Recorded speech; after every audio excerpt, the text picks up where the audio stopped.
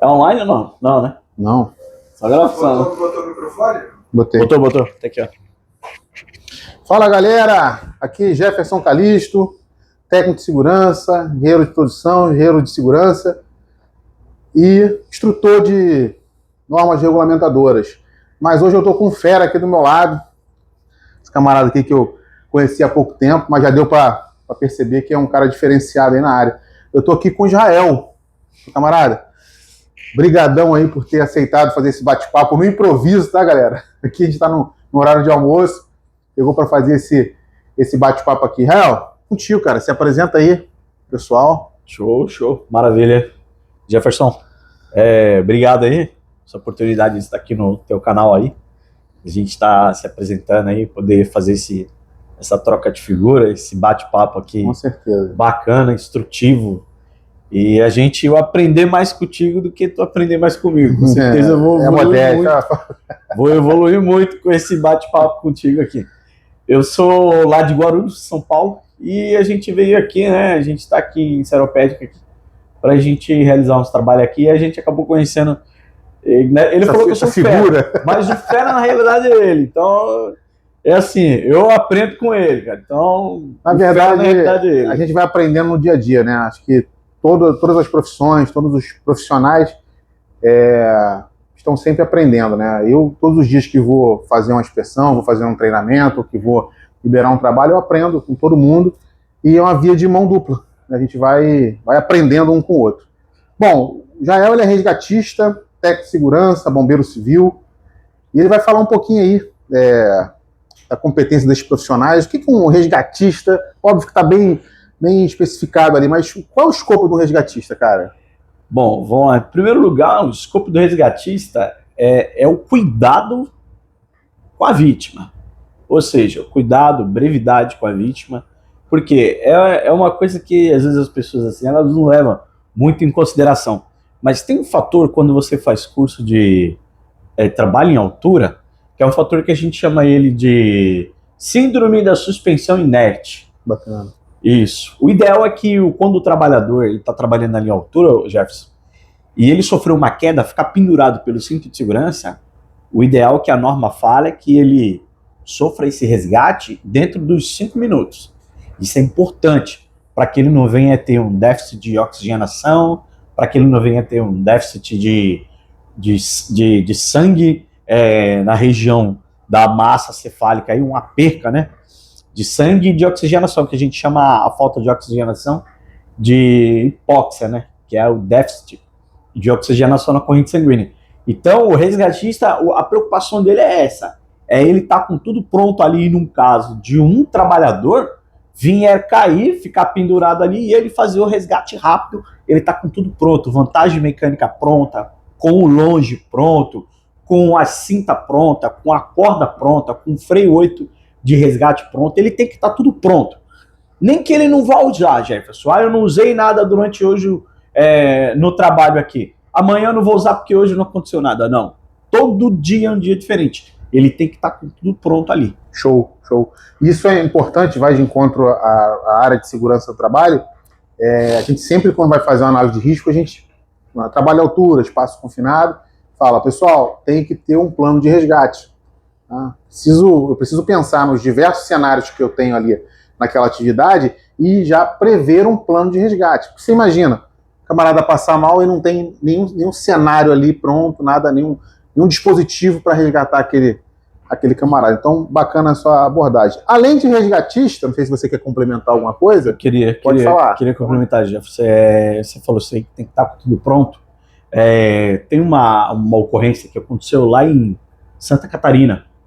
Um trabalhador, ele subiu no telhado, estava mais ou menos a uma altura de 3 metros de altura, e ele estava com o cinto de segurança trabalhando, só que ele não estava ancorado, ele não estava com os 2 talabartes duplo na linha de vida, sim, conforme manda a regra da NR35, que é obrigatório, acima de 2 metros de altura, você está com os 2 talabartes ancorados na linha de vida.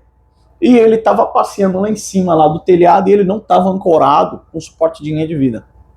Ancorado em nada? Nada. Os 2 talabartes soltos. Para você ter uma noção, o Jefferson, o talabarte estava ancorado nele aqui.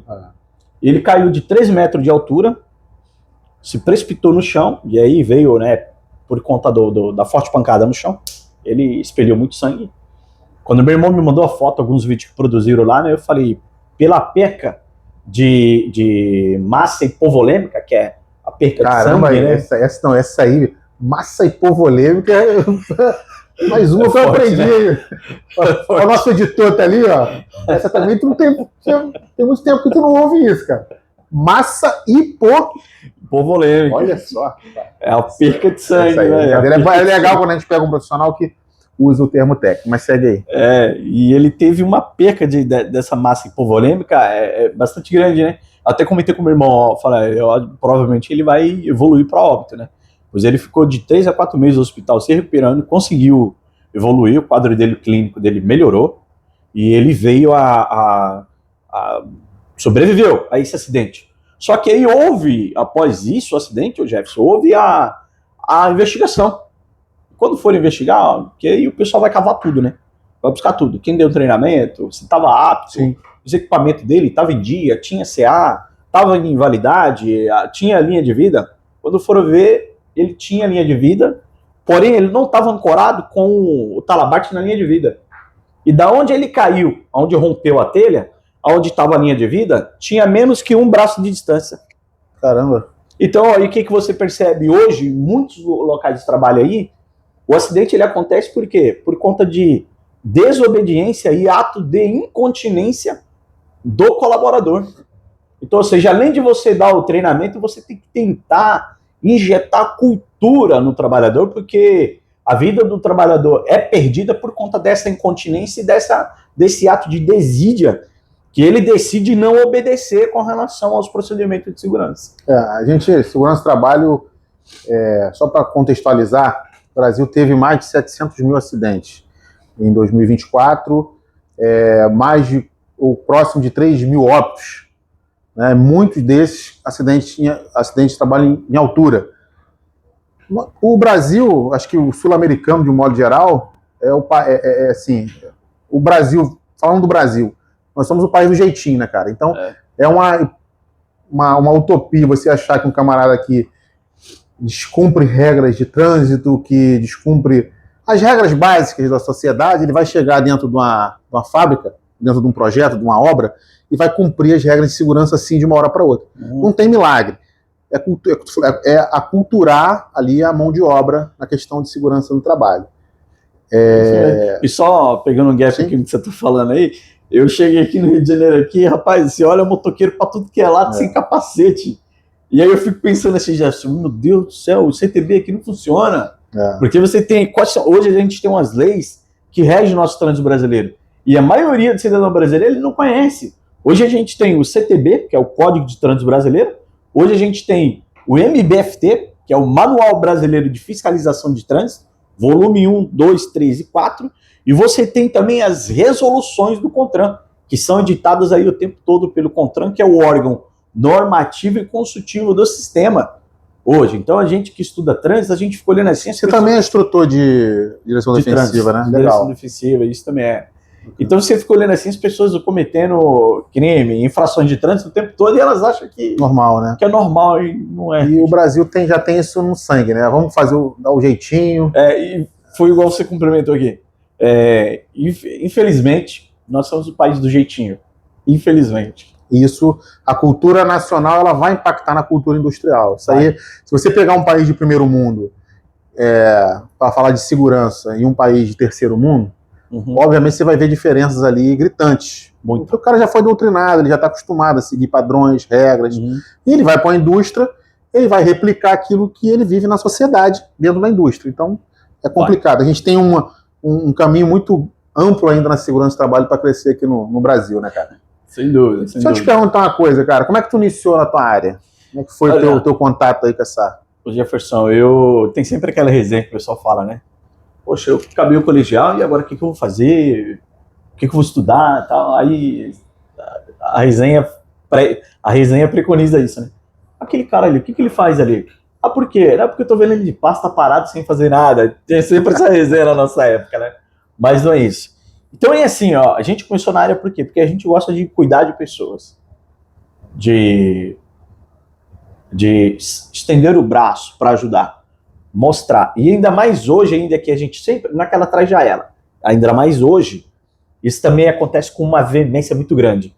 A gente tem um número de pessoas muito displicente por aí, em todos os lugares, dentro de empresa, na rua, no trânsito, em casa. Então, o que a gente acentua sobre isso daí? A informação, a valorização da vida, do não acidente, de ajudar, de informar, de mostrar, de cuidar de pessoas, porque às vezes as pessoas, elas se acidentam, elas se machucam por conta de não ter uma placa de advertência, não ter uma placa de informação, ninguém me avisou. Ele não teve aquela informação e ele foi para cima do risco. Ele não observou o risco. Então, tudo isso daí tem que ser esmiuçado. Precisa ser, sabe, mastigado para as pessoas isso daí. Hoje eu falo assim, ó, poxa, o brasileiro ele não tem mania de ele entrar numa empresa e ele observar placas. Ele não tem. Tem que ter alguém lá para informar, para instruir, para orientar, para falar. Uma coisa que eu acho extremamente bacana dentro das empresas hoje em dia é a integração. A integração, ela é uma ferramenta dentro das empresas indispensável. A integração é com 10 minutos, aumenta para 30, aumenta para 20, porque a integração ela é extremamente importante. Então, sempre olhei por esse lado aí, o lado da segurança do trabalho, de informar, de cuidar de pessoas, de tratar de pessoas, de você trabalhar com as pessoas ali, tá sempre orientando, informando. Foi assim que eu acabei chegando nessa área de segurança do trabalho. Já nasceu com aptidão para essa questão. Porque, assim, diferente de outras profissões, por exemplo, médico, advogado, até mesmo engenheiro, você vai numa escola hoje, primária ou segundo grau, você quer ser o quê? Muitos vão falar, eu quero ser médico, advogado, mas eu, particularmente, que nunca vi ninguém falar, eu quero ser técnico de segurança, engenheiro de segurança, ou resgatista. Bombeiro, o pessoal até, a criançada tem até uma admiração pelo bombeiro e já desde criança já fala. Mas legal, bacana aí como se deu esse contato aí. E só pegando um gap aí, sem querer te cortar, o Jefferson, nesse fator de bombeiro, você vê que as pessoas têm às vezes a gente tá, você, a gente tá aí em algum lugar aí, você tá identificado como bombeiro, muda, as pessoas têm uma receptividade boa para com você. O moço ali é bombeiro, o rapaz ali é bombeiro. Poxa, que legal. Tem pessoas que vêm, parabéns pela profissão, Deus abençoe você. Então você vê que essa profissão, você carregar isso aí, não é só você, é só um profissional, não, é um ordenato. Além de ser uma profissão, é um ordenato, sabe, vamos dizer assim, que é uma dádiva. Sim. É uma dádiva. Assim, sem palavras, é indizível isso daí. É indizível. Não, show de bola. Cara, fiz um script aqui para não fugir muito, a gente tem pouco tempo. A próxima pergunta, o que te marcou? Qual foi a situação, a ocorrência, ou a atividade que mais te marcou aí na tua carreira ao longo desse tempo que você está em atividade? Muito boa pergunta, hein? Essa daí foi forte, hein? Essa pergunta foi top, hein? Pergunta coringa na nossa linguagem. Essa foi coringa, hein? Coringa. Vamos lá, foi duas ocorrências que me marcou. Uma foi que eu tava voltando, eu tinha ido dar um treinamento não sei na onde, e eu tava voltando lá em São Paulo, e eu peguei o caminho errado sem querer. E aí eu falei, poxa, aí eu já fiquei descontente, eu falei, nossa, errei o caminho, vou ter que desviar um percurso enorme para poder voltar. Já fiquei descontente ali. Quando cheguei um pouco mais à frente, um acidente. E aí é aquele negócio, Deus te coloca no caminho ali à toa. Às vezes as coisas que acontecem na nossa frente, às vezes a gente fica bravo, descontente ali, mas quando você vai ver, ele está te guiando por um caminho para você levar uma solução para alguém que está precisando ali. Quando eu cheguei lá na frente, era uma colisão de um carro com uma moto, e adivinha quem estava na moto? Uma senhora. Uma senhora na moto, ela estava de roupa e tal, e o rapaz estava dirigindo, foi fazer uma conversão proibida. Ela estava equipada? Ela estava equipada só com aquela roupa de cima, mas sim, não era aquela roupa tão resistente, né? Tinha todos aqueles aparatos, não tinha. E aí ela colidiu com o carro, porque ele fez uma conversão proibida, e ela bateu com força. Veio ao chão, ao sol. E aí quando eu cheguei, tinha, acho que era uma coisa de 5, 10 minutos que tinha acabado de acontecer aquela novidade ali. E aí eu cheguei, assumi a ocorrência, fiz a conversão proibida, olhei direitinho, ficaram todo mundo brigando comigo. Quando eu desci, eu estava identificado como bombeiro, né? Aí o pessoal, nossa, graças a Deus que você chegou. E aí eu assumi a ocorrência. E o filho, o engraçado era que o filho dessa mulher já fazia a coisa de 5, 10 anos mais ou menos, um valor assim, que ele não via a mãe. E ele tinha vindo aqui para São Paulo, ele estava marcando um encontro para ver a mãe dele. E a mãe dele estava se dirigindo para o encontro com ele, e aí Sim. deu esse acidente. Caramba. E o cara que estava dirigindo não era habilitado, foi um Deus da cuida, né? um Deus da cuida, um bolo muito grande. Aí eu tinha que cuidar da vítima e tinha que tentar separar a briga do filho dela, discutindo, e quase os dois entrando em vias de fato, ali na minha frente ali. E eu identificado como um bombeiro ali, eu falei, nossa, e agora, rapaz? Eu cuidava da vítima e falou, gente, calma aí, irmão, segura seu reggae aí. Bacana, não faísca aqui não, bacana. Se faíscar aqui vai dar ruim pra você. Daqui a pouco os Mike chegam aí, a gente vai dar novidade pra eles, viu? E a gente tentando apaziguar a situação, mas foi difícil ali. E ela falou assim pra mim, você viu como as pessoas, a senhora extremamente humilde. Ela falou assim pra mim, olha, depois você me dá o seu telefone, porque eu vou te agradecer. Aquilo me marcou muito. Essa senhora não sai da minha cabeça até hoje, pelo nível de humildade que ela teve. Ela falou, olha, eu tô sentindo falta de ar, eu tive que sair abrindo a blusa, tive que sair desabotoando, sabe, afrouxando a roupa dela para ver se a oxigenação dela, ela metabolizava o oxigênio, o O2, né, melhor na corrente sanguínea. Enfim, o recurso que a gente tem na rua, sem nada, o muito que a gente tem é esse pouco que a gente pode entregar. Porque eu tava desprovido de tudo, não tinha um balão de oxigênio, eu não tinha um amburo, um ressuscitador, eu não tinha uma máscara pocket para fazer uma ventilação, não tinha nada. Então o que eu tinha era aquilo dali, afastar as pessoas de perto para ela ventilar melhor. E a segunda foi que eu estava voltando da igreja, Jefferson, e mó trânsito, eu falei, teve alguma novidade. Eu desci do carro, fui lá, quando cheguei na avenida principal, o motoqueiro caído no chão, o antebraço Decepado, quebrado, fraturou. E aqui o unar e o radial, ele ficou ondulado assim, ó. Eu nunca vi aquilo. Eu falei, nossa, foi uma coisa totalmente inesperada. E eu me identifiquei para ele, né? Olha, eu sou extraterrestre, né? Falei, olha, eu sou bombeiro, eu vou te estabilizar, tá bom? A gente fez uma análise primária, ver se tinha hemorragia, crepitação, esvisceração, laceração, essas coisas. E ele não tinha nada, só a fratura. E aí eu comecei a estabilizar ele, comecei a trocar uma figura com ele, né? Ele falou, amigo, fala comigo, o que aconteceu aqui? Qual foi o episódio da cena aqui? O que foi que aconteceu? Aí ele pegou e me falou, né, olha, eu joguei ácido numa garota e o namorado dela veio com o carro e me atropelou. Eu falei, como? Você jogou ácido? do nada assim? Do nada. Eles começaram numa discussão de trânsito e aí ele falou uns negócios pra ela, o namorado dela tava no passageiro. Ele desceu do carro, foi lá nele, deu uns tapas na cabeça dele e ele se evadiu, só que ele não gostou. A moça foi embora com o carro e ele veio seguindo. Aí ele pegou ácido e jogou nela. Caramba. E aí eu falei, campeão, primeiro de tudo, vamos lá. O que você estava fazendo com ácido? Andando na rua com boas intenções? Você não estava. Você estava muito do mal intencionado. Então, essas duas ocorrências foram ocorrências que eu peguei, né? Marcante, que eu peguei assim do nada assim. E teve que resolver a situação. Você teve que resolver ali, porque senão a pessoa zera ali, né? E você tem que estar preparado, né? Essa é a questão de você dominar a sua área, porque você vai estar lidando com situações diversas. Em qualquer área que você atue, no resgate, segurança do trabalho, engenharia. Se você é bem preparado, se você tem controle daquilo que você se propõe fazer, qualquer situação você vai desembolar. Às vezes aparece um abacaxi aí para descascar e você... Às vezes tem dúvida, vai lá na base normativa, busca, mas você vai resolver. Então é interessante que você esteja preparado, né? Seja para qualquer função que você esteja desenvolvendo, tem que estar preparado, cara. E eu vejo na minha área de segurança, que é onde eu mais atuo, né?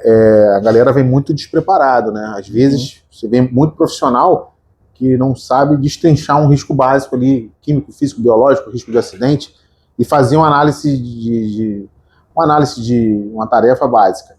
Então, pra galera aí estudar, né? Estudar é sempre... saber não ocupa espaço. Não ocupa espaço. Já fica a dica já, hein, galera? Bom, fica a dica, hein? Seguindo aqui o nosso... Opa, pode falar.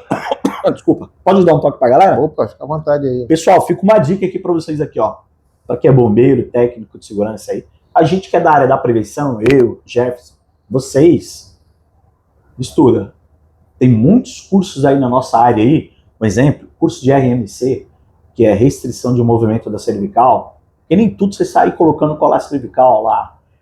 Tem curso de stop the bleed, que é controle de hemorragia. Que nem tudo, olha, vamos fazer um torniquete. Na realidade, o stop the bleed, ele te orienta a você usar o torniquete em última ratio. Então, em último caso, ele te orienta a você buscar outros recursos paralelos para você poder fazer aquele controle de hemorragia ali no tecido humano da vítima ali, tá? Então, em último caso, ele fala, faz o torniquete. E aí, esse torniquete tem que ser feito nas regiões distal, proximal do tronco aqui, tá? Então, pega essa dica aí, estudem, faz curso. Tem muitos cursos aí na nossa área para a gente se aperfeiçoar, para a gente evoluir, para a gente crescer profissionalmente aí, ok? Mas é curso de verdade, né? Curso só para... curso de verdade. Certificado, não. Tá. Deixa eu só, antes de pular uma dúvida sobre o torniquete, cara. Que assim, eu já fiz alguns cursos básicos de primeiro socorro, mas assim, não é a minha área. Eu sou da área de segurança. Certo. Cada um no seu quadrado. O pessoal fala muito que o torniquete ele foi proibido, que não pode fazer. Qual é a verdade sobre o torniquete? A verdade sobre o torniquete é que ele é uma ferramenta extremamente eficaz no caso de hemorragia em abundância. Extremamente eficaz. Só que, por outro lado, ele também é extremamente perigoso quando não se sabe operar ele. Um exemplo.